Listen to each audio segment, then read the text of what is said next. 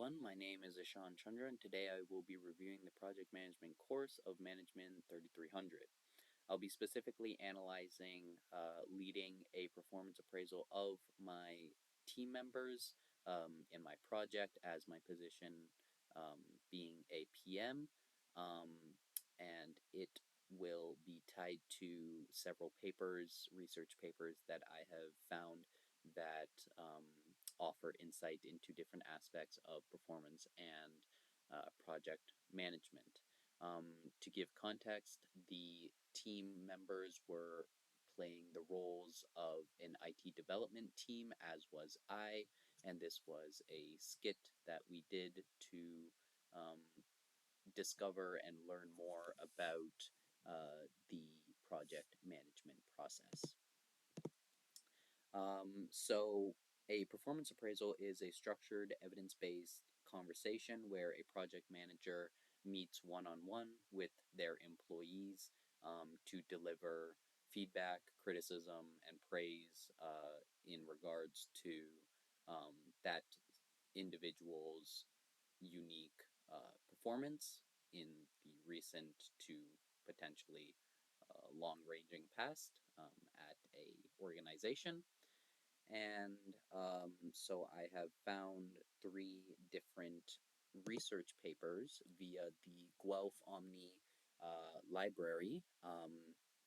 And I ensured that these were peer-reviewed journal articles only that came from reputable journals that were appropriately relevant towards the topics of project and performance management.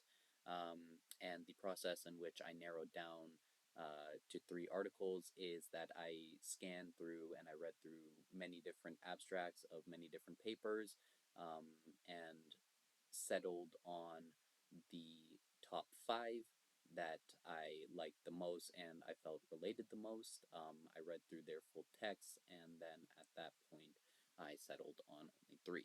The three being the first one takes a look into how the performance management process should be shifted more towards the employee's hands and should be a responsibility of the team members themselves, seeing as today's project environments do not tend to uphold the same factors as when a lot of project management theory was developed.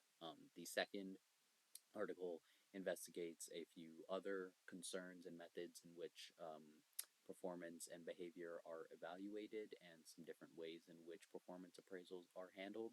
And the third article lays out how a new performance management system could be implemented, and it also discusses how the old performance management processes do not uphold anymore due to, as I've said, the constantly shifting factors. So my experience leading a performance appraisal meet is that I played the position of the PM, who in real world scenarios has no bearing on pay, benefits, position, or any other sort of formal consequences, good or bad, for that employee. It is purely meant to be a feedback-based review. So I personally conducted each of my team members' performance as their acting PM. I started each individual with a highlight of what I feel they had been doing well up until then. I moved on to opening up the floor to asking them what they thought they had done well or what they might need to work on. With this feedback, I put forward my personal recommendations for what I determined to be a good improvement plan for each of these employees based, again, off of their personalized performance. And I closed off each meeting, yet again, opening up the floor to each of the members, asking them if they had any questions or concerns about my evaluation. All in all, though, it shows me that the PM tends to be the closest observer of in a team member's performance, and so therefore it is on the PM to ensure that all appraisals are handled fairly and useful to their employees.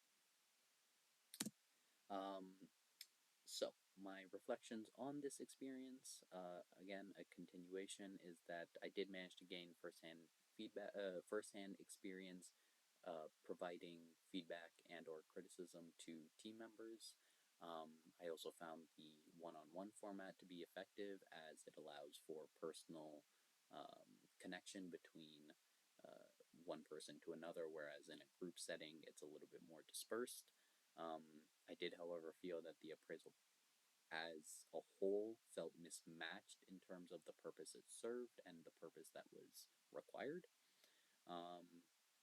And with that, my connections to the first article, again, looking back, the findings were that um, real projects and the classic performance appraisal process tends to break down in the modern day.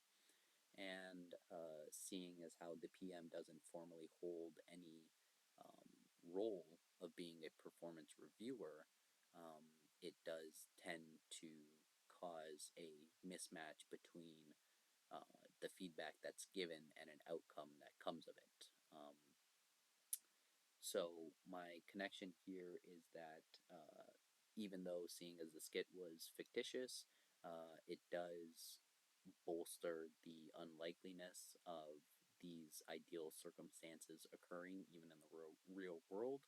Um, and it shows that the nature of many teams today uh, is just too sh- transient and shifting around in terms of their members and the responsibilities and what even the definition of good performance means. So it just goes to show that the only time that this appraisal process really works its best is in this fictitious scenario where a skit was played out. Um, Connecting to the other two articles and their findings, which a refresher on is that performance should be in part evaluated based on leadership behaviors and how they play a role in their teams and their team's performances. And the third article took a better look at a behavior based performance system, which, however, was resisted due to a low sense of trust between each of the members involved and a lack of commitment.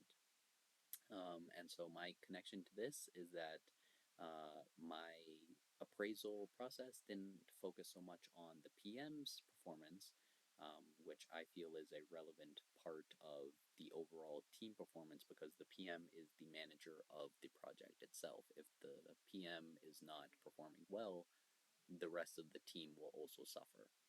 Um, and the process itself just felt misaligned, and I feel that the perceived hierarchy, again, I know that it's fictitious, but in a real world scenario, that natural dynamic that comes from a manager addressing one of their subordinates in terms of performance appraisals does just create a dynamic that tends to stifle open and honest feedback from both sides. Um, and so the overall connection is that leaders are just as integral to success as the workers are who make it happen. And the behavior that they put forward is relevant to a review only when an environment of trust has been established between both sides.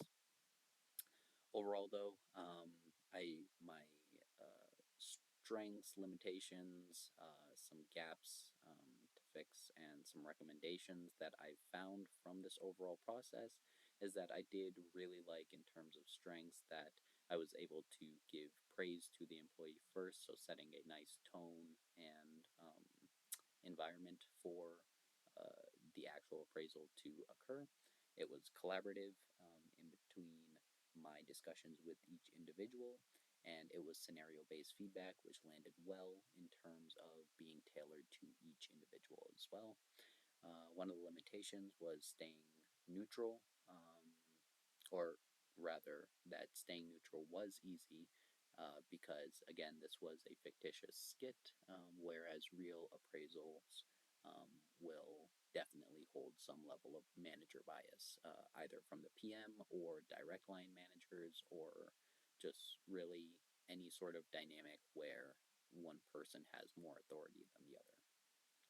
One of the gaps that I think would fix this was that establishing some better goals for each of my employees, or rather team members, would work out better, and I need something that's more measurable in terms of outcomes. And so, therefore, my recommendation is to also add in a self-assessment, or the team members evaluate the PM's performance first before moving on to each of their individual appraisals, um, and that would allow them to have a voice in their teams.